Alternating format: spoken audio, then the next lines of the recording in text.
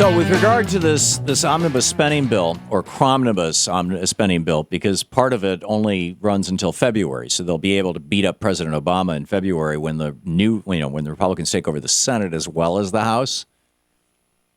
Right. So the metaphor that is made is that the banks are gambling. We're covering their losses. If they make a profit, they keep the profit. If they lose, then we pay the loss. That's the metaphor. And it's an apt metaphor. But nobody would suggest that the federal government should backstop all of us if we went to Las Vegas. So, because I think that kind of pushes the boundaries of an appropriate metaphor. So here's what I think is an appropriate metaphor. If you have a 401k or any investment at all, any kind of retirement investment funds, and most Americans have something. Actually, about a third of Americans have something. It might just be $500 in a savings account, but whatever it is, but in particular, if you've got some money invested in the stock market or the bond market, which, by the way, is much safer right now than the stock market. If you've got money invested in gold, whatever it may be, you've got some money invested. If this piece of legislation protected you and me the same way it protects Jamie Dimon and Citigroup and Bank of America and all these guys, it would mean that if your retirement account, say you got $10,000 in your retirement account and it goes up to $10,300, it goes up 3%. You get to keep the $300 and the $10,000. But let's say that the market has a hiccup or a crash or something, and that $10,000 becomes $9,000. Well, under these rules that were written by Citigroup, by a lobbyist for them, under these rules, if they applied to you and me, and your investment, your financial retirement fund at $10,000 fell down to $9,000, the federal government would cut you a check for $1,000, make it up to you. They would do it out of a fund called the Federal Deposit Insurance Corporation, the FDIC. They would write you a check to make you whole.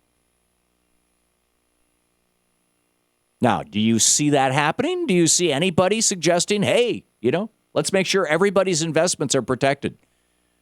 No. The only investments that they want to protect are those from about 7 banks in the United States. How much money did they have to spread around to get this?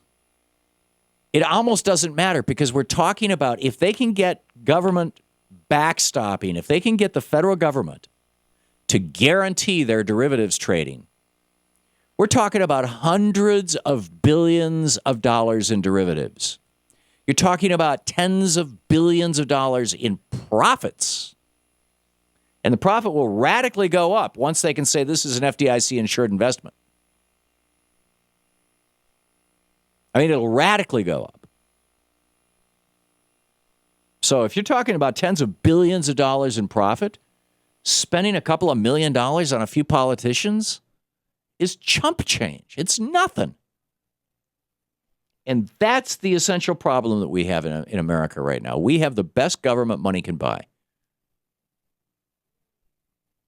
And that's the tragedy, is when you try to have a government that's the best government money can buy, it's going to be a damn poor government.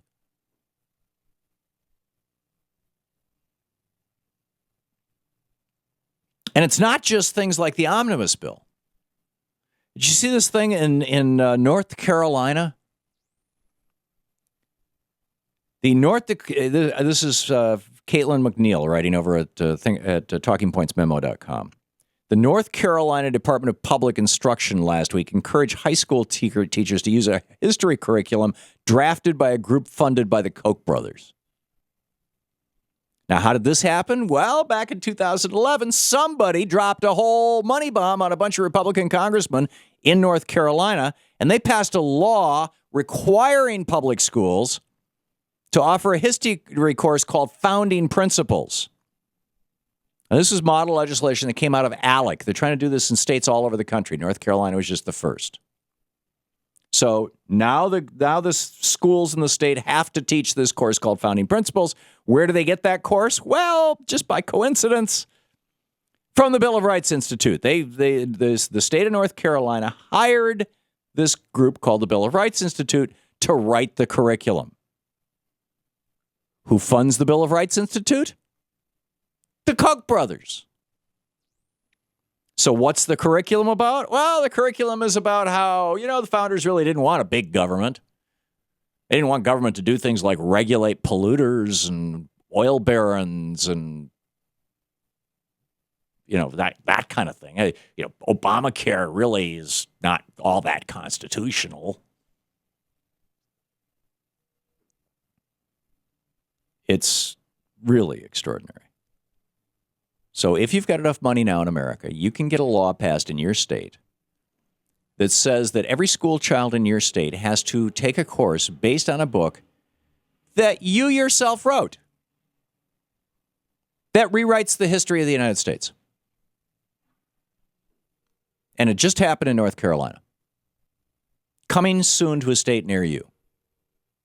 This is the corrosive effect of money in politics. This is what Senator Sanders is talking about when he says we are becoming an oligarchy rather than a democratic republic. When oligarchs can literally buy a state legislature, and not just one but many, when they can buy a state legislature and then they can get that legislature to buy a history curriculum from them, you no longer have a democracy.